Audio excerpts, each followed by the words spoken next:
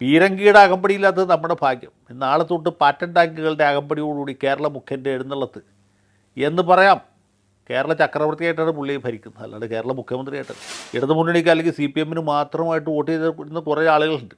അവരുടെ വോട്ട് അട്ടിപ്പേറാണെന്ന് വിചാരിച്ചിട്ട് മറ്റു സമുദായങ്ങളെ പ്രീണിപ്പിക്കാനും അവരെ ഒക്കത്ത് ചൂണ്ടെടുക്കാനും അവർക്ക് അമ്മിഞ്ഞ കൊടുക്കാനും അവർക്ക് അമ്പിളിയമ്മാവനെ കാണിച്ചു കൊടുത്ത് ചോറ് കൊടുക്കാനും ഒക്കെ ഉള്ള താല്പര്യം വർദ്ധിച്ച് വന്നപ്പോഴാണ് ആളുകൾ വോട്ട് മാറ്റി ചെയ്യാൻ തുടങ്ങിയത്. മുമ്പ് വിഭാഗീയതയായിരുന്നു പാർട്ടി നേരിട്ട് വലിയ വിഷയമെങ്കിൽ ഇപ്പം അത് മാറി. ഇപ്പോൾ അധികാരവും ആർത്തിയുമാണ്. അധികാരത്തോടുള്ള ആർത്തി, പണത്തോടുള്ള ആർത്തി, സ്ഥാനമാനങ്ങളോടുള്ള അമിതമായ ആസക്തി. അപ്പോൾ 9 കൊല്ലമായിട്ട് നടക്കാത്ത കാര്യം 10ാമത്തെ കൊല്ലത്തിൽ അല്ലെങ്കിൽ 10 കൊല്ലം കഴിഞ്ഞതിന് ശേഷം 11ാമത്തെ കൊല്ലം മുതൽക്ക് മാറ്റിമറിക്കും എന്ന് പറയുമ്പോൾ അത് കേൾക്കുന്നവർ ചിരിക്കല്ലാതെ എന്ത് ചെയ്യും?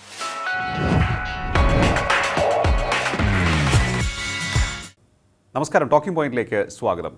CPM സംസ്ഥാന സമ്മേളനത്തിൽ കേരളത്തെ അടിമുടി മാറ്റാൻ ഉതകുന്ന കാര്യങ്ങളാണ് അവതരിപ്പിക്കപ്പെട്ട രേഖകളിൽ ഉൾപ്പെടുത്തിയിരിക്കുന്നത്. അതായത് കേരളത്തിൽ അതിതീവ്ര വികസനം കൊണ്ടുവരും എന്ന് നമുക്ക് ഒറ്റവാക്കിൽ പറയാം. നിക്ഷേപം വലിയ രീതിയിൽ ആകർഷിക്കും. അത് ഉന്നത വിദ്യാഭ്യാസ മേഖലയായാലും ടൂറിസം മേഖലയായാലും എല്ലായിടത്തേക്കും വിദേശ നിക്ഷേപം അടക്കം ആകർഷിക്കും. അത്തരത്തിൽ കേരളത്തെ മാറ്റിമറിക്കും. അതിനോടൊപ്പം തന്നെ 1,00,000-ൽ ഏറെ പേർക്ക് തൊഴിൽ നൽകും. സ്റ്റാർട്ടപ്പുകൾക്ക് അനുകൂലമായ സാഹചര്യം ഒരുക്കും. 1 വർഷത്തിനകം 15,000-ത്തിലധികം സ്റ്റാർട്ടപ്പുകൾ കേരളത്തിൽ തുടങ്ങിയ കാര്യങ്ങളൊക്കെ തന്നെ പറയുകയാണ്. ഇന്ന് സംസ്ഥാന നേതൃത്വത്തിന് എതിരെ ശക്തമായ വിമർശനവും ഉയർന്നിട്ടുണ്ട്. എന്തായാലും നമുക്ക് പരിശോധിക്കാം CPM സംസ്ഥാന സമ്മേളനത്തിൽ ഉയർന്നു വരുന്ന ചർച്ചകൾ, ഒപ്പം തന്നെ അവിടെ നമുക്ക് കാണാൻ സാധിക്കുന്ന ഒട്ടേറെ കാര്യങ്ങളുമുണ്ട്. ഇവയൊക്കെ തന്നെ നൽകുന്ന സൂചനകൾ എന്ത്? നമ്മോടൊപ്പം ചേരുന്നു രാഷ്ട്രീയ നിരൂപകൻ അഡ്വക്കേറ്റ് A. ജയശങ്കർ. നമസ്കാരം, ടോക്കിംഗ് പോയിന്റിലേക്ക് സ്വാഗതം. നമസ്കാരം. കേരളം അതിതീവ്ര വികസനത്തിലേക്ക് പോകുന്നു എന്നാണ് പറയുന്നത്. ആകെ മാറ്റിമറിക്കുമോ കേരളത്തെ? ഇതൊക്കെ വലിയ തമാശയല്ലേ? 9 കൊല്ലം ഭരിച്ച ഒരു സർക്കാർ, ഒരു പാർട്ടി, ഒരു മുന്നണി 9 കൊല്ലമായിട്ട് ചെയ്യാൻ പറ്റാത്ത കാര്യം ഇനി തെരഞ്ഞെടുപ്പിന് മാസങ്ങൾ മാത്രം അവശേഷിക്കുക 1 കൊല്ലം കഷ്ടിച്ചോളൂ. അതിനു മുമ്പായിട്ട് പഞ്ചായത്ത് തിരഞ്ഞെടുപ്പ് കഴിയും. ആ സമയത്ത് ഈ പുതിയ പദ്ധതികൾ കൊണ്ടുവരുന്നതിനും അത് പ്രഖ്യാപിക്കുന്നതിനൊക്കെ തടസ്സങ്ങളുണ്ടാവും. അത് കഴിയുമ്പോഴത്തേക്കും നിയമസഭാ തിരഞ്ഞെടുപ്പ് പ്രഖ്യാപിക്കും. നിയമസഭാ തിരഞ്ഞെടുപ്പിൻ്റെ ഒരു വലിയ ആവേശത്തിലേക്ക്, ഓളത്തിലേക്ക് നമ്മൾ പോകും. അപ്പോൾ സർക്കാരിൻ്റെ മുമ്പിൽ ഇനി പ്രവർത്തിക്കാൻ എത്ര നാളുണ്ട്, എത്ര മാസമുണ്ട്? അപ്പോൾ 9 കൊല്ലമായിട്ട് നടക്കാത്ത കാര്യം 10ാമത്തെ കൊല്ലത്തിൽ അല്ലെങ്കിൽ 10 കൊല്ലം കഴിഞ്ഞതിന് ശേഷം 11ാമത്തെ കൊല്ലം മുതൽക്ക് മാറ്റിമറിക്കും എന്ന് പറയുമ്പോൾ അത് കേൾക്കുന്നവർ ചിരിക്കല്ലാതെ എന്ത് ചെയ്യും? അതിതീവ്ര വികസനം ഇതുവരെ ഉണ്ടായില്ലല്ലോ. തീവ്ര വികസനം ഉണ്ടായില്ല. വികസനം തന്നെ വളരെ കഷ്ടിയായിരുന്നു. മുരടിച്ച് നിൽക്കുന്ന ഒരു കാഴ്ചയാണ് നമ്മൾ കാണുന്നത്. അതിപ്പോൾ ഈ സർക്കാരിൻ്റെ മാത്രം ഒരു പോരായ്മയല്ല. ഇതിനു മുമ്പത്തെ സർക്കാരുകൾക്കൊക്കെ ഉത്തരവാദിത്വമുണ്ട്. കൃത്യമായിട്ട് പറഞ്ഞാൽ ഇവിടെ കാലാകാലങ്ങളായിട്ട് മാറി മാറി വരുന്ന സർക്കാരുകൾക്ക് ഇതിന് ഉത്തരവാദിത്വമുണ്ട്. ഭരണസ്ഥിരത ഉണ്ടാകുന്നതിന് മുമ്പ് നമ്മൾ സ്ഥിരമായിട്ട് പറഞ്ഞുകൊണ്ടിരുന്നത് ഭരണ അസ്ഥിരത കാരണമാണ്. രാഷ്ട്രീയ അനിശ്ചിതത്വം നിലനിൽക്കുന്ന ഒരു സംസ്ഥാനമാണ് കേരളം. അതുകൊണ്ട് ഇവിടെ വ്യവസായങ്ങളുണ്ടാകുന്നില്ല.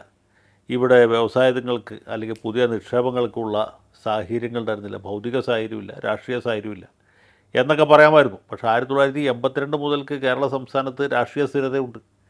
5 കൊല്ലം UDF, പിന്നെ 5 കൊല്ലം LDF, അങ്ങനെ കൃത്യമായിട്ട് ഇടവേളകളിൽ ഭരണം മാറി മാറി വന്നിരുന്നു. അത് കഴിഞ്ഞ് ഇപ്പോൾ കഴിഞ്ഞ 10 വർഷമായിട്ട് അതുമില്ല. 2016 ശേഷം ഇടതുപക്ഷത്തിൻ്റെ ഭരണമാണ്. 21 ഭരണമാറ്റം ഉണ്ടായില്ല. അതേ മുന്നണി, അതേ മന്ത്രിസഭ തുടരും, അതേ മുഖ്യമന്ത്രി തുടരും. മന്ത്രിമാർ മാറി, പക്ഷേ മുഖ്യമന്ത്രി അത് തന്നെയാണ്. ഉദ്യോഗസ്ഥരും ഏതാണ്ട് അതേ ആളുകളൊക്കെ തന്നെയാണ്. രാഷ്ട്രീയ സാഹചര്യങ്ങളും ഏതാണ്ട് ഒന്ന് തന്നെയാണ്. അപ്പോൾ ഇവിടെ വലിയ ഭൂകമ്പമോ സുനാമിയോ അല്ലെങ്കിൽ വലിയ പ്രകൃതിക്ഷോഭമോ കാട്ടുതീയോ ഒന്നും ഉണ്ടായിട്ടില്ല. ഇതൊന്നും ഇല്ലാഞ്ഞിട്ടും പറയത്തക്ക നിക്ഷേപമൊന്നും ഉണ്ടായില്ല. അതിതീവ്ര വികസനം പോയിട്ട് തീവ്ര വികസനം പോലും ഉണ്ടായില്ല. ഇപ്പോൾ കഴിഞ്ഞ 9 കൊല്ലത്തിനകത്ത് നടക്കാത്ത ഒരു കാര്യം 10ാമത്തെ വർഷം മുതൽ നടക്കുമെന്ന് പറഞ്ഞാൽ അത് വിശ്വസിക്കാത്ര എളുപ്പമല്ല. ഇത് പ്രവൃത്തി കൊണ്ട് കാണിക്കണം. അതിനുള്ളൊരു സാഹചര്യമോ സൗകര്യമോ കേരളത്തിലുണ്ടോ? എനിക്ക് തോന്നുന്നില്ല. ഇപ്പോൾ ഈ കഴിഞ്ഞ ദിവസം ഇവിടെ വലിയ ആഗോള നിക്ഷേപക സംഗമം അല്ലെങ്കിൽ ഉച്ചകോടി നടത്തിയിട്ടുണ്ടായി. ഇൻവെസ്റ്റേഴ്സ് സമ്മിറ്റ് എന്നാണ് പറയുന്നത്. ആ നിക്ഷേപക ഉച്ചകോടി. ഈ ഉച്ചകോടിയിൽ എന്ത് കോടിയുണ്ടായത്? പറയത്തക്കതായിട്ട് ഒന്നും ഉണ്ടായില്ല. പല ആളുകളും വ്യവസായം തുടങ്ങാമെന്ന് വാക്കാൽ പറഞ്ഞിട്ട് പോയി. ധാരണാപത്രം പോലും ഒപ്പിട്ടിട്ടില്ല. മുമ്പ് ശ്രീ ഉമ്മൻചാണ്ടിയുടെ സമയത്ത് എമർജിങ് കേരള നടത്തിയത് നമുക്കറിയാം. ഒന്നും സംഭവിച്ചില്ല. AK ആൻ്റണി മുഖ്യമന്ത്രിയായിരിക്കുന്ന സമയത്ത് ജിം എന്ന പേരിൽ ഗ്ലോബൽ ഇൻവെസ്റ്റേഴ്സ് മീറ്റ് നടത്തിയതറിയാം. അന്നും ഒന്നും സംഭവിച്ചില്ല. അപ്പോൾ ഇവിടെ അത്ര പെട്ടെന്നൊന്നും ഒന്നും സംഭവിക്കില്ല. കാരണം വലിയ വ്യവസായവൽക്കരണത്തിന്, വ്യവസായ വിപ്ലവത്തിന് ഉതകുന്ന ആ ഒരു സാഹചര്യമല്ല കേരളത്തിലുള്ളത്. പണ്ട് CP രാമസ്വാമിയുടെ കാലത്ത് ആലുവ കേന്ദ്രമായിട്ട് ഒരുപാട് വ്യവസായശാലകളൊക്കെ ഉണ്ടായി. അതിനുശേഷം പറയത്തക്ക വലിയ വ്യവസായ വിപ്ലവമൊന്നും ഇവിടെ ഉണ്ടായിട്ടില്ല. പിന്നെ ഒറ്റയ്ക്കും തെറ്റയ്ക്കൊക്കെ ചില സ്ഥാപനങ്ങൾ തുടങ്ങി. അതെല്ലാം തന്നെ ആ കാലത്തിൽ കാലയവനിയേക്ക് പിന്നിൽ മറയുന്നതാണ് കണ്ടത്. അപ്പോൾ അതുകൊണ്ട് അങ്ങനെയുള്ള വലിയ പ്രതീക്ഷകളൊന്നും നമുക്ക് വെച്ച് പുലർത്തേണ്ടതായിട്ടില്ല. അഴിമതിയില്ലാത്തൊരു ഭരണം, അല്ലെങ്കിൽ അഴിമതി താരതമ്യേന കുറഞ്ഞ ഭരണം, അല്ലെങ്കിൽ ക്രമസമാധാന പരിപാലനം ഉറപ്പാക്കുന്ന ഒരു സർക്കാർ, അത്രയാണ് നമ്മൾ ആഗ്രഹിക്കുന്നുള്ളൂ. മലയാളികൾ ഇനിയിപ്പോൾ കേരളത്തിൽ വ്യവസായം തുടങ്ങി ഇവിടെ ജോലി ചെയ്ത് ഇവിടെ തന്നെ തൊഴിൽ ചെയ്ത് ജീവിക്കാം എന്ന് ആഗ്രഹിക്കുന്നവർ, അങ്ങനെ വിശ്വസിക്കുന്നവരൊക്കെ വളരെ കുറവാണ്. ചെറുപ്പക്കാർ പരീക്ഷ പാസ്സാവുന്നവരൊക്കെ എങ്ങനെയെങ്കിലും നാട് വിട്ടു പോകണം എന്ന ഒറ്റ ഉദ്ദേശത്തിലാണ് അവർ UK പോകുന്നു, അല്ലെങ്കിൽ കാനഡയിലേക്ക് പോകുന്നു, ഓസ്ട്രേലിയയിലേക്കും ന്യൂസിലൻഡിലേക്ക് പോകുന്നു, അല്ലെങ്കിൽ കുറേ പേര് നഴ്സുമാരായിട്ട് ഓസ്ട്രേലിയയിലേക്കോ ജർമ്മനിയിലേക്കോ പോകുന്നു. ഇതാണല്ലോ നമ്മളിവിടെ കണ്ടുകൊണ്ടിരിക്കുന്നത്. അങ്ങനെ ഒരു സാഹചര്യത്തിൽ ഇപ്പോൾ ഇവിടെ വലിയ വിപ്ലവം നടക്കാൻ പോകുന്നില്ല, നമുക്ക് എല്ലാവർക്കും അറിയാം. പിന്നെ ആ ഒരു സ്റ്റണ്ടാണ്, അങ്ങനെ ചെയ്യും ഇങ്ങനെ ചെയ്യും, 3 ചക്ക മുള്ളോടുകൂടി തിന്നും എന്നൊക്കെ പറയുന്നത്. ചിലപ്പോൾ അവരുടെ പാർട്ടി അണികളോ അനുഭാവികളോ ചിലപ്പോൾ വിശ്വസിച്ചാൽ വിശ്വസിക്കും എന്നല്ലാതെ ഉണ്ട്. ഈ വക പിത്തലാട്ടമൊന്നും കേരളത്തിൽ ഒരു കുഞ്ഞ് വിശ്വസിക്കില്ല. അരിയാഹാരം കഴിക്കുന്നവരെന്നല്ല, മൂക്ക് കീഴോട്ടുള്ള ഒരാളും ഈ 9ാം കൊല്ലത്തിലെത്തിയ സർക്കാരിൻ്റെ ഇതുപോലുള്ള വാചാടോപങ്ങളിൽ കുടുങ്ങിപ്പോകും എന്ന് ഞാൻ വിചാരിക്കുന്നില്ല. ഇപ്പോൾ പ്രവർത്തന റിപ്പോർട്ടിൽ പറയുന്നത് കഴിഞ്ഞ പ്രാവശ്യത്തെ പോലെ തന്നെയാണ്. നേതാക്കൾ ജനങ്ങളിൽ നിന്നും അകലുന്നു. തുടർഭരണം കിട്ടിയപ്പോൾ നേതാക്കൾക്ക് കുറേ പേർക്ക് പണമുണ്ടാക്കിയാൽ മതി എന്നുള്ളൊരു ചിന്താഗതിയിലേക്ക് പോയി. ആർത്തിയാണ്. അങ്ങനെ ഒട്ടേറെ കാര്യങ്ങളിൽ ശക്തമായ വിമർശനം ഉയരുന്നുണ്ട്. ഈ വിമർശനം കൊണ്ട് എന്തെങ്കിലും മാറുമെന്ന് കരുതാൻ സാധിക്കുമോ? അല്ല, തീർച്ചയായിട്ടും വിമർശനം ഉണ്ടാകുന്നു എന്നുള്ളത് വളരെ പ്രധാനപ്പെട്ട കാര്യമാണ്. അത് പ്രതിനിധികൾക്കും അറിയാം, പാർട്ടിയുടെ സാധാരണ മെമ്പർമാർക്കും അറിയാം, നേതാക്കന്മാർക്കും അറിയാം. പല നേതാക്കന്മാരും ഈ കമ്മ്യൂണിസ്റ്റ് രീതികളിൽ നിന്നൊക്കെ വളരെ വ്യതിചലിച്ചിരിക്കുന്നു. വലതുപക്ഷ വ്യതിയാനം എന്ന് സാധാരണ CPMകാർ പറയുന്ന സംഗതി പാർട്ടിയെ അടിമുടി ബാധിച്ചിരിക്കുന്നു. അത് ബാലസംഘം മുതൽക്ക് പോളിറ്റ് ബ്യൂറോ വരെ ബാധിച്ചിട്ടുണ്ട്. മുമ്പ് വിഭാഗീയതയായിരുന്നു പാർട്ടി നേരിട്ട വലിയ വിഷയമെങ്കിൽ ഇപ്പോൾ അത് മാറി. ഇപ്പോൾ അധികാരവും ആർത്തിയുമാണ്. അധികാരത്തോടുള്ള ആർത്തി, പണത്തോടുള്ള ആർത്തി, സ്ഥാനമാനങ്ങളോടുള്ള അമിതമായ ആസക്തി, അപ്പോൾ അതിൽ നിന്ന് ലഭിക്കുന്ന മറ്റ് സൗകര്യങ്ങളോടുള്ള താല്പര്യം. അപ്പോൾ ഇങ്ങനെ ഒരുപാട് വിഷയങ്ങൾ ഈ പാർട്ടിയെ ഗ്രസിച്ചിട്ടുണ്ട് എന്നുള്ളത് യാതൊരു സംശയമില്ലാത്ത കാര്യമാണ്. കാരണം പ്രത്യയശാസ്ത്രപരമായ ഒരു ദൃഢത പാർട്ടിക്ക് നഷ്ടപ്പെട്ടിരിക്കുന്നു. പാർട്ടിയിലേക്ക് വരുന്ന ആളുകൾ പലരും കരിയറിസ്റ്റുകളായിട്ടാണ് വരുന്നത്. മറ്റൊരു പാർട്ടിയിലും കിട്ടാത്ത ചില സൗകര്യങ്ങൾ, ചില സൗകര്യങ്ങൾ ഈ പാർട്ടിയിൽ വന്നാൽ കിട്ടും. അല്ലെങ്കിൽ നമ്മൾ ചെയ്യുന്ന പല കുറ്റകൃത്യങ്ങൾക്കും പാർട്ടിയുടെ ഒരു മറ ഉണ്ടാകും, അല്ലെങ്കിൽ പാർട്ടിയുടെ പിന്തുണ ലഭിക്കും. കുറ്റകൃത്യങ്ങൾ ചെയ്താൽ പോലീസ് സ്റ്റേഷനിൽ ചെന്നാൽ അവിടെ നല്ല സ്വീകരണം ലഭിക്കും എന്നൊരു തോന്നൽ, മറ്റേത് രാഷ്ട്രീയ പാർട്ടിയേക്കാളും അഭികാമ്യമായ പാർട്ടി CPM ആണ് എന്നൊരു തോന്നൽ ഇതുപോലുള്ള ഭാഗ്യാന്വേഷികൾക്കിടയിൽ ഉണ്ടാക്കുന്നതിൽ പാർട്ടി വിജയിച്ചു, അല്ലെങ്കിൽ ആ രീതിയിൽ പരാജയപ്പെട്ടു എന്ന് വേണമെങ്കിൽ പറയാം. അപ്പോൾ സുഖലോലുപമായി ജീവിക്കാൻ താല്പര്യമുള്ള ആളുകൾക്ക് ഏറ്റവും പറ്റിയ സംവിധാനം കമ്മ്യൂണിസ്റ്റ് പാർട്ടി ഓഫ് ഇന്ത്യ മാർക്സിസ്റ്റാണ് എന്നൊരു പൊതുധാരണ നമ്മുടെ നാട്ടിൽ ഉണ്ടായി. പണ്ട് കോൺഗ്രസ്സിൽ പോയിക്കൊണ്ടിരുന്ന ആളുകൾ, പണ്ടാണെങ്കിൽ കേരള കോൺഗ്രസ്സിൽ ചേരേണ്ടിയിരുന്ന ആളുകൾ, അല്ലെങ്കിൽ NDPയിൽ ചേരേണ്ട ആളുകൾ, മുസ്ലിം ലീഗിൽ പോകേണ്ടിയിരുന്ന ആളുകൾ, ഇവരൊക്കെ ഇപ്പോൾ CPM ആണ് ഒരു അഭയകേന്ദ്രമായിട്ട്, ഒരു കൂടാരമായിട്ട് കണ്ടെത്തിയിട്ടുള്ളത്. അപ്പോൾ ഇങ്ങനെ പ്രത്യയശാസ്ത്രപരമായി യാതൊരു അടിത്തറയുമില്ലാത്ത ആളുകൾ, അല്ലെങ്കിൽ മാർക്സിസം ലെനിനിസത്തിൻ്റെ അടിസ്ഥാന തത്വങ്ങളോട് കൂറോ പ്രതിപത്യവും ഇല്ലാത്ത ആളുകൾ, അവരൊക്കെ ഈ പാർട്ടിയുടെ ചുറ്റുവട്ടത്തിൽ അടിഞ്ഞുകൂടുകയും കുറേ പേരൊക്കെ അത് ദുരുപയോഗം ചെയ്ത് പണമുണ്ടാക്കി മറ്റ് സൗകര്യങ്ങൾ നേടിയെടുക്കുകയും ചെയ്തു.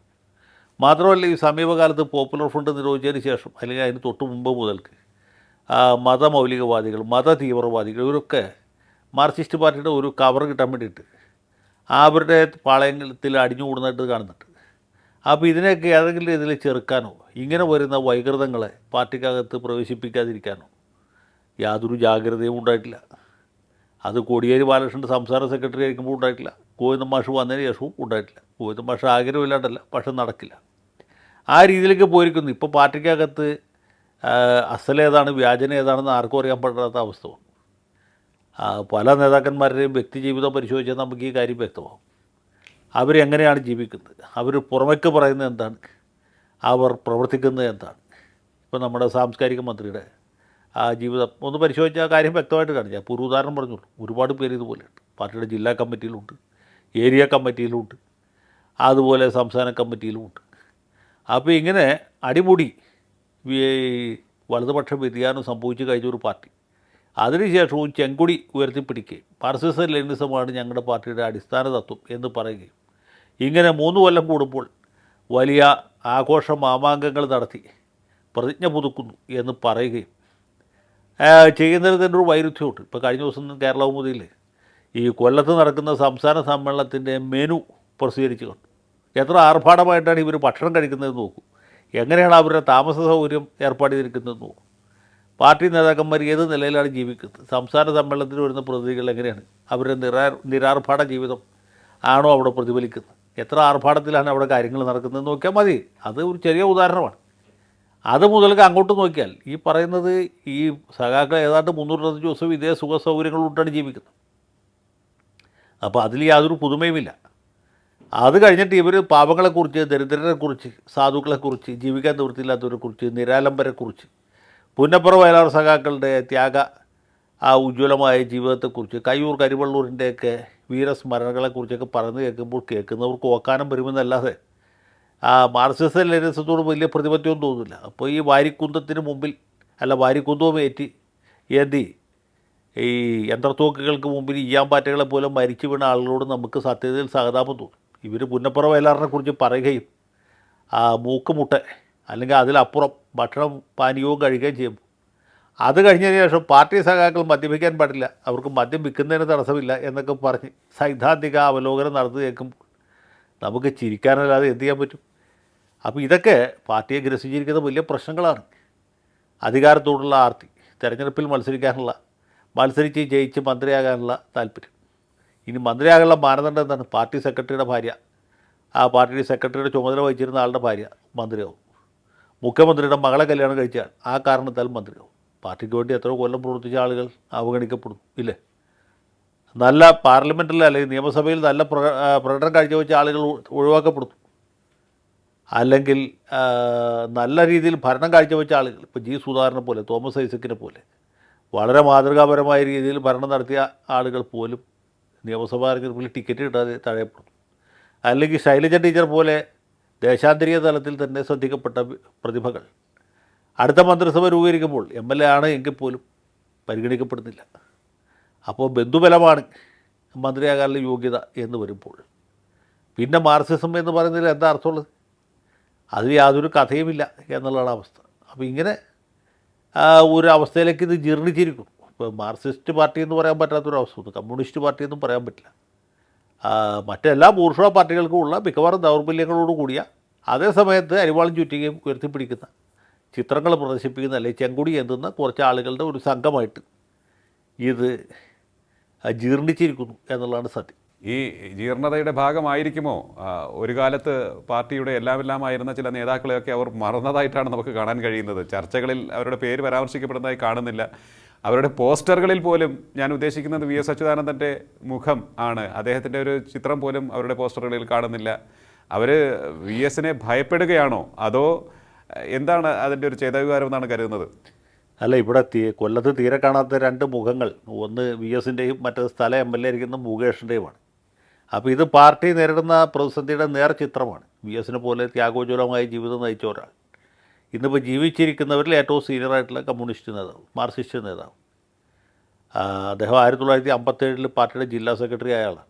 64 കേന്ദ്ര കമ്മിറ്റിയിൽ നിന്ന് ഇറങ്ങിപ്പോകുന്നവരിൽ ഇപ്പോൾ ജീവിച്ചിരിക്കുന്ന ഏക വ്യക്തിയാണ്. അദ്ദേഹം ജീവിച്ചിരിക്കുന്ന സഖാക്കളുടെ കൂട്ടത്തിൽ അദ്ദേഹത്തിൻ്റെ പടവില്ല, മരിച്ചവരുടെ കൂട്ടത്തിലും അദ്ദേഹമില്ല. അദ്ദേഹം ജീവൻ മൃതനായിരിക്കുന്നു എന്ന് വേണമെങ്കിൽ നമുക്ക് ആലങ്കാരികമായിട്ട് പറയാം. അതാണല്ലോ അവസ്ഥ.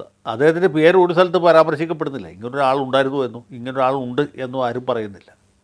അദ്ദേഹത്തിൻ്റെ സ്മരണയെ തന്നെ തിരസ്കരിക്കാനുള്ള ശ്രമം ഒരു ഭാഗത്ത് നടക്കും.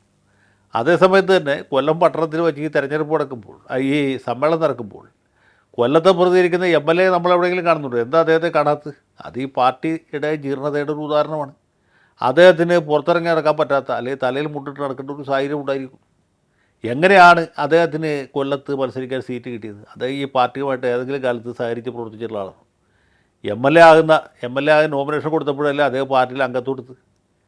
കൊല്ലത്ത് സത്യസന്ധരും കർത്തവ്യ വ്യഗ്രനുമായ ഒരു കമ്മ്യൂണിസ്റ്റ് നേതാവിനെ ഒഴിവാക്കിയിട്ടില്ലേ അദ്ദേഹത്തിന് സീറ്റ് കൊടുത്ത്? ഇല്ലേ? PK Gurudasan 10 Kollam M L A ആയിരുന്ന ആളാണ്, 5 കൊല്ലം എക്സൈസ് മന്ത്രിയായിട്ട് 5 പൈസ അഴിമതി നടത്താത്ത ആളാണ്. ആ സഖാവിൻ്റെ പേര് വെട്ടിയിട്ടാണ് മുകേഷിനെ പോലെ ഒരാൾക്ക് സീറ്റ് കൊടുത്തു.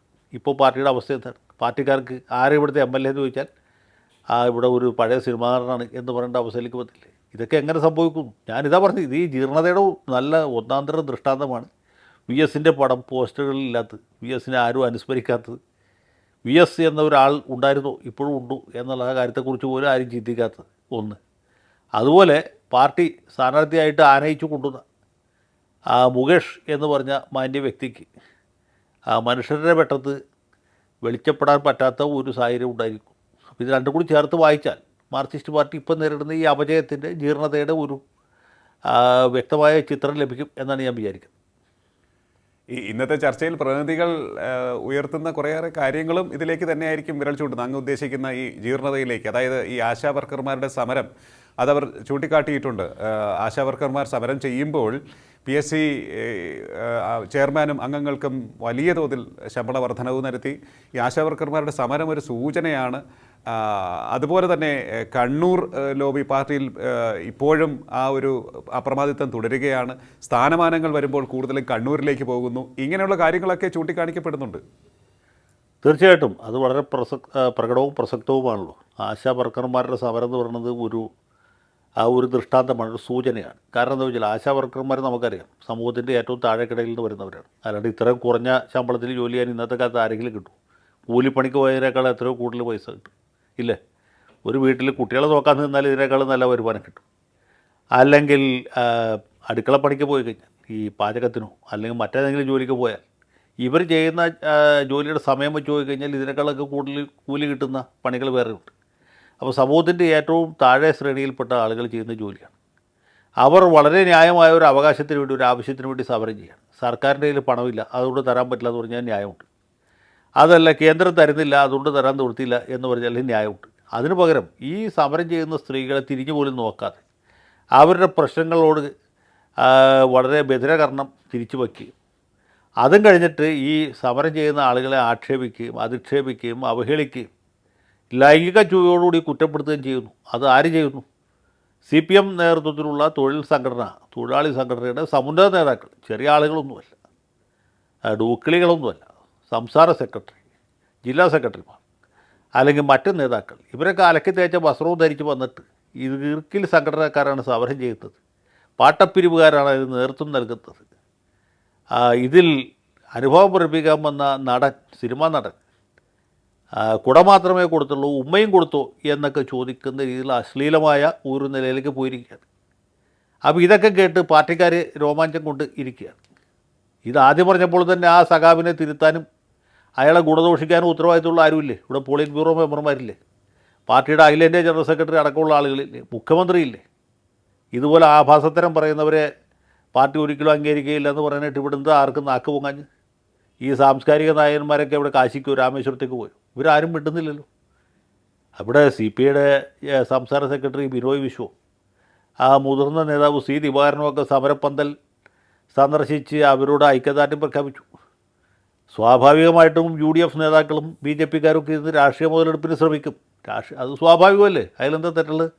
ഇപ്പോൾ CPM ആണ് പ്രതിപക്ഷത്തെങ്കിൽ അവരും ശ്രമിക്കില്ലേ? അത് ശ്രമിക്കും. അവർക്ക് അങ്ങനെ ഒരു അവസരം കൊടുക്കാതിരിക്കേണ്ട ബാധ്യതയും ഉത്തരവാദിത്വമാണ് ഭരണമുന്നണിക്കും സർക്കാരിനും ഉണ്ടായിരുന്നത്. നേരെ മറിച്ച് അവർ ഈ ഗോൾ പോസ്റ്റ് തുറന്നു കൊടുക്കുകയാണ്. കോൺഗ്രസ്സുകാർ, ലീഗുകാരെ, BJPക്കാരെ വരുവിൻ, ഗോളടിക്കുവിൻ എന്ന് പറഞ്ഞ് ഗോൾ പോസ്റ്റിന് മുമ്പിൽ നിന്ന് ഗോൾ കീപ്പറെ മാറ്റി നിർത്തുകയാണ്. അത് കഴിഞ്ഞിട്ട് ഈ സമരം ചെയ്യുന്ന ആളുകളെ ആക്ഷേപിക്കുക, അധിക്ഷേപിക്കുകയും ചെയ്യും. ഏതുപോലെയെന്ന് വെച്ചാൽ നമ്മുടെ നവകേരള മാർച്ച് നടക്കുന്ന സമയത്ത് മറിയക്കുട്ടി എന്ന് പറഞ്ഞൊരു സ്ത്രീ അടിമാലിയിൽ പിച്ചച്ചട്ടി സമരം നടത്തി, ഓർമ്മയില്ലേ? വാർദ്ധക്യകാല പെൻഷൻ മുടക്കിയിട്ട്. അപ്പോൾ അവരെ ആക്ഷേപിച്ചു. ഈ മറിയക്കുട്ടിക്ക് മകൾ സ്വിറ്റ്സർലൻഡിലാണ്, പിന്നെ ഇവർക്ക് ഇന്നിൻ്റെ സർവേ നമ്പറുകളിലൊക്കെ വസ്തുവകകളുടെ തൊട്ട് ആ സർവേ നമ്പറുകളുണ്ട്, പക്ഷേ വസ്തുവകകൾ വേറെ ആൾക്കാരുടെ പേരിലാണ്. ഇവരുടെ മകൾ ആ സമയത്ത് അടിമാലിയിൽ എന്തോ കൂലിപ്പണിയെടുത്ത് ജീവിക്കുന്നുണ്ട്. അടിമാലിയെ നമുക്ക് വേണമെങ്കിൽ സ്വിറ്റ്സർലൻഡിലേക്ക് മാറ്റാം, ജനീവയിലേക്ക്, സൂറിക്കിലേക്ക് മാറ്റാം. ഈ CPM സഖാക്കളും ദേശാഭിമാനി പത്രവും പറഞ്ഞ കാര്യങ്ങൾ വളരെ ശരിയാകുമായിരുന്നു. പക്ഷേ സംഭവിച്ച മറിച്ചല്ലേ? ഈ നവകേരള മാർച്ച് നടത്തിയില്ലായിരുന്നെങ്കിൽ, അല്ലെങ്കിൽ മറിയക്കുട്ടിയുടെ പിച്ചച്ചട്ടി സമരം ഇല്ലായിരുന്നെങ്കിൽ CPM ഒരു പക്ഷേ ഒരു 16 സീറ്റ് തൂക്കുമായിരുന്നുള്ളൂ. ഇപ്പോൾ ഈ 19 സീറ്റും തൂക്കാനുള്ള സൗകര്യം ഉണ്ടായത് പ്രധാനമായിട്ടും ഇതുപോലുള്ള കലാപരിപാടികൾ കൊണ്ടാണ്. ഇത് ഒന്നുകൊണ്ടും പഠിക്കില്ല, 9 കൊണ്ടും പഠിക്കില്ല എന്നുള്ളതാണ്. ലോക കേരള സഭ പോലുള്ള കെട്ടുകാഴ്ചകൾ നടത്തുന്നു, അതിനൊക്കെ പണമുണ്ട്. അല്ലെങ്കിൽ മാനവീയം പോലുള്ള പരിപാടികൾ നടത്തും, നവകേരള സദസ്സ് നടത്തും, പിന്നെ മുഖ്യമന്ത്രി നേരിട്ട് ഉത്തരം പറയുന്ന ഒരു പരിപാടി നടത്തിയില്ലേ. ഇങ്ങനെയൊക്കെയുള്ള പല കലാപരിപാടികൾ സംഘടിപ്പിക്കുന്നു, അതിനൊക്കെ പണമുണ്ട്, എല്ലാത്തിനും പണമുണ്ട്. 22 വാഹനങ്ങളുടെ അകമ്പടിയോടുകൂടി ഉലകം ചുറ്റി സഞ്ചരിക്കുന്നൊരു മുഖ്യമന്ത്രിയെ കേരള സംസ്ഥാനത്തിന് മുമ്പ് കണ്ടിട്ടുണ്ട്. മുഖ്യമന്ത്രി പോട്ടെ, മഹാരാജാവിൻ്റെ ഭരണകാലത്ത് അദ്ദേഹത്തിനുണ്ടായിരുന്നു, കൊച്ചി മഹാരാജാവുണ്ടായിരുന്നു, തിരുവിതാംകൂർ മഹാരാജാവുണ്ടായിരുന്നു. എനിക്ക് തോന്നുന്നില്ല ഹൈദരാബാദ് നൈസാമിന് പോലും ഇതുപോലെ അകമ്പടി ഉണ്ടായിരുന്നില്ല. വല്ല സവിശേഷ അവസരത്തിലും ഉണ്ടായി കാണും, അല്ലാതെ ഉണ്ടായിട്ടില്ല. അപ്പോൾ ഇത്രയധികം വാഹനങ്ങളുടെ അകമ്പടിയോടുകൂടി യാത്ര ചെയ്യുന്നൊരു മുഖ്യമന്ത്രി, അദ്ദേഹത്തിൻ്റെ കൂടെ ഫയർ എഞ്ചിൻ കൂടാതെ ആംബുലൻസ്, പീരങ്കിയുടെ അകമ്പടിയില്ലാത്തത് നമ്മുടെ ഭാഗ്യം. നാളെ തൊട്ട് പാറ്റൻ ടാങ്കുകളുടെ അകമ്പടിയോടുകൂടി കേരള മുഖ്യൻ്റെ എഴുന്നള്ളത്ത് എന്ന് പറയാം. കേരള ചക്രവർത്തിയായിട്ടാണ് പുള്ളി ഭരിക്കുന്നത്, അല്ലാണ്ട് കേരള മുഖ്യമന്ത്രിയായിട്ടല്ല. എത്രയോ മുഖ്യമന്ത്രിമാരെ കേരളം കണ്ടിട്ടുണ്ട്. കെ കരുണാകരന് പോലും മുമ്പിലൊരു പൈലറ്റ് വണ്ടി, പുറകിൽ എസ്കോർട്ട് മാത്രമേ ഉണ്ടായിരുന്നുള്ളൂ. ആൻ്റണിക്ക് അതുപോലും ഉണ്ടായിരുന്നില്ല. കെ നായനാർക്ക് ഇതൊന്നും ഉണ്ടായിരുന്നില്ല. അദ്ദേഹം പറഞ്ഞിരുന്നത് നമുക്കെന്തിനാണ് എസ്കോർട്ട്, നാട്ടുകാരല്ലേ എനിക്ക് എസ്കോർട്ട് എന്നാണ്. അപ്പം അങ്ങനെ പറഞ്ഞ മുഖ്യമന്ത്രിമാർ ഉണ്ടായിരുന്ന നാടാണ്. അവിടെയാണ് ഇതുപോലെ മുഖ്യമന്ത്രിയും അനുചരന്മാരും ഒക്കെ ചക്രവർത്തിമാരായിട്ട് ഭാവിച്ച് ഭരണം നടത്തും. അത് കഴിഞ്ഞിട്ട് ഇടതുപക്ഷത്തെക്കുറിച്ചും ഇടതുപക്ഷത്തിൻ്റെ രാഷ്ട്രീയ ധാർമ്മികത, സദാചാരം എന്നൊക്കെ പറഞ്ഞാൽ ആളുകൾക്ക് ആർക്കിച്ചു പോലാണ്ട് എന്ത് ചെയ്യും. ഇതാണ് ഇവിടെ സംഭവിച്ചുകൊണ്ടിരിക്കുന്ന കാര്യം. അപ്പോൾ ഇങ്ങനെ ഒരു സാഹചര്യത്തിൽ നിന്നിട്ട് 9 വർഷം പൂർത്തീകരിച്ചതിന് ശേഷം കേരളത്തെ മാറ്റിമറിക്കാനായിട്ട് വിപ്ലവകരമായ പരിപാടികൾ പ്രഖ്യാപിച്ചാൽ ആളുകൾക്ക് എന്ത് ചെയ്യാൻ പറ്റും? നിങ്ങളെന്നൊന്ന് ആലോചിച്ചു. ഇപ്പോൾ വോട്ട് ചോർച്ചയുടെ കാര്യമൊക്കെ പ്രവർത്തന റിപ്പോർട്ടിൽ ഉൾപ്പെടുത്തിയിട്ടുണ്ട്. BJPയിലേക്ക് വോട്ട് ചോർച്ച നടക്കുന്നു, പാർട്ടിയുടെ സ്വാധീനമുള്ള സ്ഥലങ്ങളിൽ നിന്ന് പോലുമൊക്കെ എന്നുള്ളൊരു ആശങ്കയും രേഖപ്പെടുത്തിയിട്ടുണ്ട്. അല്ല, അത് പാർട്ടി അംഗീകരിച്ചു എന്നുള്ളതാണ് പ്രധാനം. ഇപ്പോൾ പാർട്ടി വിമർശനം നടത്തുന്നു എന്ന് പറയുമ്പോൾ പാർട്ടിക്കാരിൽ തന്നെ ഈ കാര്യങ്ങൾ ബോധ്യമുണ്ട്, പാർട്ടി സെക്രട്ടറിക്ക് ബോധ്യമുണ്ട്. വോട്ടുകൾ എങ്ങോട്ട് പോയെന്നുള്ളത് നമ്മുടെ കൺമുമ്പിലുണ്ടല്ലോ. ഇപ്പോൾ ആലപ്പുഴ മണ്ഡലത്തിൽ ശോഭാ സുരേന്ദ്രൻ്റെ വോട്ട് വർദ്ധിച്ചു. വോട്ട് എവിടെ നിന്നാണ് കുറഞ്ഞത് എന്ന ചോദ്യമില്ലേ. KC വേണുഗോപാലിന് കിട്ടിയ വോട്ട് ഏതാണ്ട് പഴയ വോട്ട് തന്നെയാണ്, വളരെ കൂടിയിട്ടില്ല. അവിടെ അവരുടെ വോട്ട് അവർ സുരക്ഷിതമാക്കി നിലനിർത്തു. നേരെ മറിച്ച് ഇടതുപക്ഷത്ത് കിട്ടിയ വോട്ടുകൾ കുറയുകയും BJPയുടെ വോട്ട് കൂടുകയും ചെയ്തു. ഇതാണ് സംഭവിക്കുന്നത്. ആറ്റിങ്ങൾ സംഭവിച്ചു, അത് തന്നെയാണ്. അത് ഏത് കാലത്തും ഇടതുമുന്നണിക്ക് അല്ലെങ്കിൽ CPMന് മാത്രമായിട്ട് വോട്ട് ചെയ്തിരുന്ന കുറേ ആളുകളുണ്ട്. അവരുടെ വോട്ട് അട്ടിപ്പേറാണെന്ന് വിചാരിച്ചിട്ട് മറ്റ് സമുദായങ്ങളെ പ്രീണിപ്പിക്കാനും അവരെ ഒക്കത്ത് വെച്ചുകൊണ്ട് നടക്കാനും അവർക്ക് അമ്മിഞ്ഞ കൊടുക്കാനും അവർക്ക് അമ്പിളിയമ്മാവനെ കാണിച്ചു കൊടുത്ത് ചോറ് കൊടുക്കാനും ഒക്കെ ഉള്ള താല്പര്യം വർദ്ധിച്ച് വന്നപ്പോഴാണ് ആളുകൾ വോട്ട് മാറ്റി ചെയ്യാൻ തുടങ്ങിയത്.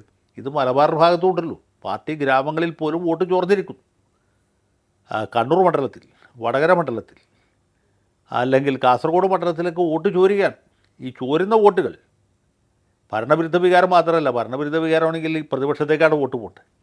ഈ വോട്ട് പോകുന്നത് BJPയിലേക്കാണ്. അതല്ലേ ഏറ്റവും വലിയ പ്രത്യേകത. കോഴിക്കോടാണെങ്കിലും കണ്ണൂരാണെങ്കിലും വടകരയാണെങ്കിലും പാർട്ടി ഗ്രാമങ്ങളിൽ പാർട്ടിക്ക് വേണ്ടി കള്ളവോട്ട് ചെയ്യാൻ പോകുന്ന സഖാക്കൾ വരെ വോട്ട് മാറ്റി ചെയ്യുകയാണ്. വോട്ട് മാറ്റി ചെയ്യുന്നത് കോൺഗ്രസിനുമല്ല, അത് BJPക്കാണ്. അപ്പോൾ ഇത് നൽകുന്ന വ്യക്തമായ രാഷ്ട്രീയ സന്ദേശമുണ്ട്. അത് മനസ്സിലായില്ലെങ്കിൽ ഇനി അറിയാത്ത പിള്ള ചൊറിയുമ്പോൾ അറിയുന്നല്ലാതെ നമുക്കൊന്നും പറയാനില്ല. ഒരു സംശയം കൂടി, അതായത് കഴിഞ്ഞ ദിവസം ശ്രീ MV ഗോവിന്ദൻ വാർത്താ സമ്മേളനത്തിൽ പറഞ്ഞൊരു കാര്യമുണ്ട്. ന്യൂനപക്ഷ രാഷ്ട്രീയം പുതിയ തലത്തിലേക്ക് പോവുകയാണ്. മുസ്ലിം ലീഗ് മതരാഷ്ട്ര സംഘടനകളുമായി ഇപ്പോൾ സഖ്യം ചേരുകയാണ്, അവരുടെ വോട്ട് വാങ്ങുകയാണ്. ഇതൊക്കെ RSSന് അനുകൂലമായ ഒരു സാഹചര്യം ഒരുക്കുന്നു. ഇങ്ങനെ ഒരു പ്രസ്താവന അദ്ദേഹം നടത്തിയത് ഹിന്ദു വോട്ട് ലക്ഷ്യമാക്കി അവർ നടത്തുന്ന, അതായത് CPM കഴിഞ്ഞ കുറച്ച് നാളുകളായി നടത്തിക്കൊണ്ടിരിക്കുന്ന ഒരു ശ്രമത്തിൻ്റെ ഭാഗമായിട്ടായിരിക്കില്ലേ? തീർച്ചയായിട്ടും അങ്ങനെ തന്നെയാണ്. പക്ഷേ അദ്ദേഹം പറഞ്ഞതിൽ കുറച്ച് സത്യവുമുണ്ട്. കാരണം മുമ്പില്ലാത്ത രീതിയിൽ മുസ്ലിം ലീഗ് അടക്കമുള്ള പാർട്ടികൾ ഒരു ന്യൂനപക്ഷ ഏകീകരണം എന്ന് പറയാവുന്ന രീതിയിലൊന്നും നടക്കുന്നുണ്ട്. അത് കഴിഞ്ഞ 2019 പാർലമെൻറ്റ് തെരഞ്ഞെടുപ്പിൽ നമ്മൾ കണ്ടു. ജമാഅത്തെ ഇസ്ലാമി, പോപ്പുലർ ഫ്രണ്ട് അടക്കമുള്ള എല്ലാ സ്പ്ലിൻറ്റർ ഗ്രൂപ്പുകളും വളരെ ശക്തമായിട്ട് UDFന് വേണ്ടി പ്രവർത്തിക്കുകയും ആ വോട്ടുകൾ പരിപൂർണമായിട്ട് അവരിലേക്ക് ഏകീകരിക്കപ്പെടുന്നു. അതുപോലെ തന്നെ ഇക്കഴിഞ്ഞ തെരഞ്ഞെടുപ്പിലും അതുണ്ടായി. അത് ആണ് സത്യത്തിൽ ഈ മലബാർ ഭാഗത്തെ പല മണ്ഡലങ്ങളിലും UDFന് നിർണായകമായ ഭൂരിപക്ഷം നേടിക്കൊടുത്തു. ഭൂരിപക്ഷം എത്ര കണ്ട് വർദ്ധിച്ചു എന്ന് നോക്കുക. വടകരയിൽ, അല്ലെങ്കിൽ കണ്ണൂരിൽ, കാസർഗോഡ്, കോഴിക്കോട്ട് എല്ലാം ഭയങ്കരമായിട്ട് വോട്ട് വർദ്ധിച്ചു. അവരുടെ വോട്ടുകളുടെ ഏകീകരണം ഉണ്ടായി. ആ ഏകീകരണത്തിൻ്റെ ഒരു പ്രത്യാഘാതം കൂടിയാണ് ഈ ഇടതുപക്ഷത്തിൻ്റെ വോട്ടുകളിൽ BJPക്ക് പോകാനുള്ള ഒരു സാഹചര്യമുണ്ട്. അപ്പോൾ ഈ രണ്ട് കൂട്ടരും, ഇടതുമുന്നണിയും വലതുമുന്നണിയും ഒരുപോലെ ഈ ന്യൂനപക്ഷ സമുദായത്തെ പ്രീണിപ്പിക്കുന്നു എന്നൊരു തോന്നൽ സാധാരണക്കാരായ ഹിന്ദുക്കളുടെ ഇടയിലുണ്ടായി. മുമ്പ് അത് സവർണ്ണ സമുദായക്കാരുടെ ഇടയിൽ മാത്രം ഉണ്ടായിരുന്നില്ല, ഇപ്പോൾ അത് അവർണ്ണ സമുദായക്കാരിലേക്ക് കൂടി വ്യാപിച്ചു എന്നുള്ളതാണ് നമ്മൾ കാണേണ്ട ഒരു കാര്യം. അപ്പോൾ അദ്ദേഹം പറഞ്ഞാൽ യാഥാർത്ഥ്യമുണ്ട്. പക്ഷേ അതേ സമയത്ത് തന്നെ ഈ കൈവിട്ടു പോയ വോട്ടുകൾ, നഷ്ടപ്പെട്ടു പോയ വോട്ടുകൾ തിരിച്ചെടുക്കാനുള്ള ഒരു ശ്രമം കൂടി അതിൻ്റെ അകത്തുണ്ട് എന്ന് വേണം വിചാരിക്കാൻ. ഇത് ഈ ഹമാസിന് അനുകൂലമായിട്ട് വലിയ ശക്തി പ്രകടനമൊക്കെ നടത്തുമ്പോൾ ഗോവിന്ദൻ മാഷും അദ്ദേഹത്തിൻ്റെ പാർട്ടിയും വിചാരിച്ചില്ല ഇതിന് ഇങ്ങനെ ചില പ്രത്യാഘാതങ്ങൾ കൂടി ഉണ്ടാകാൻ സാധ്യതയുണ്ട് എന്നുള്ളത്. അതാണ് ഇപ്പോൾ സംഭവിച്ചുകൊണ്ടിരിക്കുന്നത്. അത് പരിഹരിക്കാനുള്ള ശ്രമങ്ങൾ ഇപ്പോൾ കൊണ്ടുപിടിച്ച് നടക്കുകയാണെന്ന് തോന്നുന്നു. ഈ ഫാസിസ്റ്റ് നേതാവല്ല മോദി, അല്ലെങ്കിൽ BJP ഫാസിസ്റ്റ് പാർട്ടി അല്ല എന്നുള്ള ഒരു പരാമർശമൊക്കെ അതിൻ്റെ ഭാഗമായിട്ടായിരിക്കും അല്ലേ? അതിൽ വേറൊരു രാഷ്ട്രീയവും കൂടിയുണ്ട്. ഫാസിസ്റ്റ് പാർട്ടി അതിൻ്റെ ഫാസിസത്തിൻ്റെ നിർവചനത്തിലുള്ള പ്രശ്നങ്ങളുണ്ട്. അതിനേക്കാൾ ഉപരിയായിട്ട് ഈ ഫാസിസത്തിൻ്റെ നിർവചനം ഇപ്പോൾ കൂട്ടത്തിക്കുന്നതിൻ്റെ കാരണം അഖിലേന്ത്യാ തലത്തിൽ കോൺഗ്രസുമായിട്ട് സഹകരിക്കേണ്ടി വരുമോ എന്നൊരു സംശയമുണ്ട്. അപ്പോൾ BJP ഫാസിസ്റ്റ് പാർട്ടിയാണെന്ന് പറഞ്ഞാൽ പിന്നെ കോൺഗ്രസുമായിട്ട് യോജിക്കേണ്ടി വരും. യോജിക്കുന്നതിൽ തെറ്റില്ല. നേരെ മറിച്ച് ഫാസിസ്റ്റ് അല്ല, ഫാസിസ്റ്റ് ഭരണമായിട്ടില്ല എന്ന് പറഞ്ഞാൽ അങ്ങനെ ഒരു അനിവാര്യതയില്ല. ഇവർക്ക് വേണമെങ്കിൽ BJP നമുക്ക് ഒറ്റയ്ക്ക് നേരിടാം, അത് കഴിഞ്ഞ് അവരെ തോൽപ്പിച്ചതിന് ശേഷം കോൺഗ്രസ്സിനെ നേരിടാം എന്ന രീതിയിൽ പോകാം. കോൺഗ്രസ്സിനുമായിട്ടുള്ള തൊട്ടുകൂടായ്മ തുടരാം. അതാണ് അതിൻ്റെ ഉദ്ദേശം. ഓക്കെ, അത് പ്രത്യയശാസ്ത്രപരമായിട്ടുള്ള വലിയ പ്രശ്നം. വളരെയധികം നന്ദി അഡ്വക്കേറ്റ് ജയശങ്കർ ഇത്രയും സമയം ടോക്കിംഗ് പോയിന്റുമായി സഹകരിച്ചത്. CPM സംസ്ഥാന സമ്മേളനം ഒട്ടേറെ കാര്യങ്ങൾ ചർച്ച ചെയ്യുന്നുണ്ട്. ആ ചർച്ച ചെയ്യുന്നത്, ഇത്തരത്തിലുള്ള വിമർശനങ്ങൾ ഉന്നയിക്കുന്നത് നല്ല കാര്യമാണ്. പാർട്ടി തിരിച്ചറിയുന്നു. പക്ഷേ അത് തിരുത്തൽ വരുത്താൻ അവർക്ക് വേഗത്തിൽ എത്രത്തോളം സാധിക്കുമെന്ന് കാത്തിരുന്ന് കാണേണ്ട കാര്യമാണ്. വളരെ ശക്തമായ വിമർശനമാണ് അഡ്വക്കേറ്റ് ജയശങ്കർ CPMലെ നേതൃത്വത്തിന് എതിരെയും ഉന്നയിച്ചിരിക്കുന്നത്. നമുക്ക് കാത്തിരുന്ന് കാണാം എന്ന് മാത്രമേ ഈ സാഹചര്യത്തിൽ പറയാൻ സാധിക്കുകയുള്ളൂ. ടോക്കിംഗ് പോയിൻ്റ് ഈ അധ്യായം ഇവിടെ പൂർണ്ണമാകുന്നു. ഇനി അടുത്ത എപ്പിസോഡിൽ കാണാം. നമസ്കാരം.